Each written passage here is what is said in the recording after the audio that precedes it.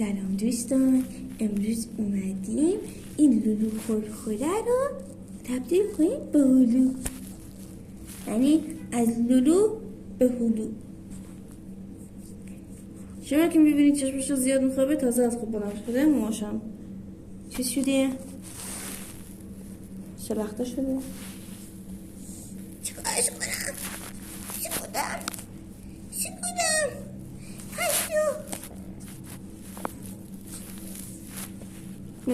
نگاش کن بریم بیایم. خب آقا رامتین موهاش درست شدن و کاملا راضی هستند.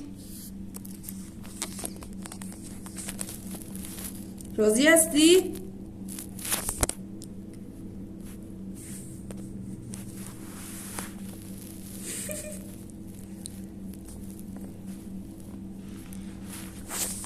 Such a wow.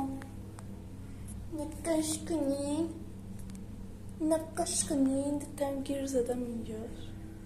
سش کن